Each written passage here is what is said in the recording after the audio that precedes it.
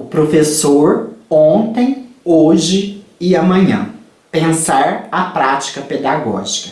Este vídeo de hoje é uma pequena reflexão, um pequeno apontamento que eu quero fazer a partir de algumas reflexões próprias, algumas reflexões particulares, ou íntimas, a partir da gente pensar essa figura, esse profissional tão importante em todos os tempos da era do ser humano, mas também agora na contemporaneidade e o que será dele no futuro. Pensando que grande parte do nosso público são estudantes de letras, vão ser professores ou então já estão na sala de aula desenvolvendo as suas atividades pedagógicas. Então vamos pensar um pouquinho nessa figura do professor ontem, hoje e amanhã.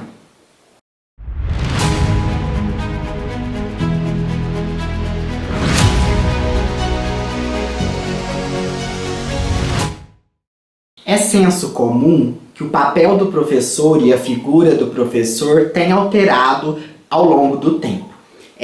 O professor de ontem era um professor que talvez era um pouco mais autoritário e tinha aí em mente que ele detinha o conhecimento.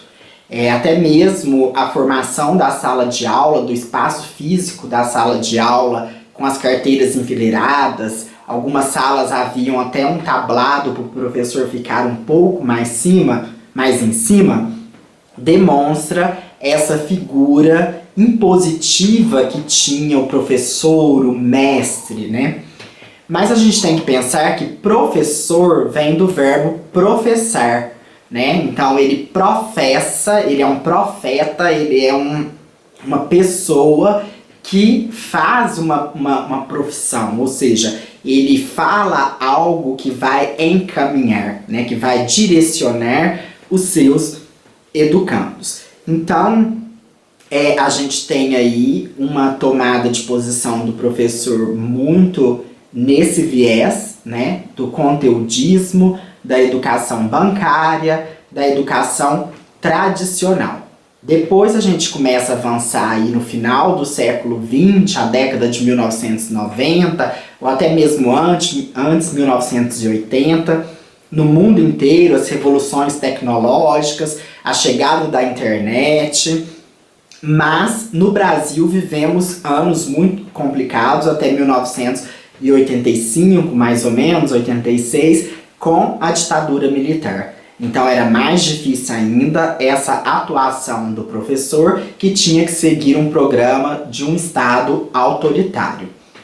E aí nós vamos ter os estudos do professor Paulo Freire, grande pesquisador, grande estudioso, que vai trazer essa crítica à educação bancária e vai propor uma educação como prática da liberdade, como emancipação, como uma pedagogia da esperança, da autonomia e principalmente pensar na questão do oprimido.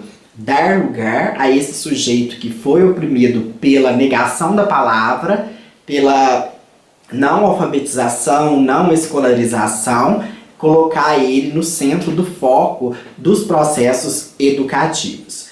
Então, essa educação vai se desenvolvendo até chegar nos dias de hoje. Nós temos uma educação em que o professor já não é mais o detentor do conhecimento, porque os alunos têm contato com os mais variados aplicativos, ferramentas digitais, eles constroem o conhecimento antes mesmo de chegar na sala de aula e por isso convencionou-se um conceito muito importante que não é aqui apenas do Brasil, que é a sala de aula invertida, a flipped classroom, Então, é esse modelo em que o aluno vai para a sala para que o professor seja um mediador do conhecimento. Então, começa a se sair também desse modelo fixo das carteiras enfileiradas, outras pedagogias, mas ainda há muito o que avançar, porque principalmente nas escolas públicas, ainda nem data show às vezes não tem, então o professor ainda recorre apenas ao quadro negro, com giz ainda, nem não é o quadro branco com pincéis, Então ainda muito, uma prática ainda muito parafrástica do repetir, do copiar, colar, né? Copiar aquilo que o professor passa na lousa, né? E então ainda temos muito que avançar, porque apesar de termos um avanço tecnológico muito grande, não temos uma igualdade na distribuição desses aparatos tecnológicos. E o professor caminha para o amanhã. A gente pensa que no amanhã essa prática terá que ser ainda mais ressignificada, uma vez que as crianças bem jovens, na tenra idade, já dispõem aí dos celulares, dos aparelhos e transformam também com essa tecnologia, né, vão aí repercutindo em suas vidas. Mas não só isso, o mundo está numa constante transformação, tanto na política, no social, no cultural, mas também nos ambientes de saúde. Tá difícil viver no mundo, né? Nós temos aí vírus, bactérias, doenças como a Covid-19 que veio, agora surgindo outras, como esse caso dessa hepatite que surgiu, né? A dengue aí muito forte ainda. Temos aí talvez até outras variantes da dengue surgindo também, e nós temos também catástrofes que sempre tiveram, mas parece que essa degradação ambiental não está mais ficando tão mascarada como era no passado. Então tudo isso vai influenciar também nas tomadas de decisão que os professores terão que ter frente aos seus alunos. Nós estamos vendo aí muitos alunos com problemas emocionais, como foi o caso daquela escola em que teve um surto, não é psicótico, mas um surto emocional ali, uma ansiedade generalizada. Então o professor ele vai ter que também desenvolver essa habilidade para trabalhar com a psicoafetividade, né? O psíquico e o afetivo. E a gente pensa que é um século do espírito, né?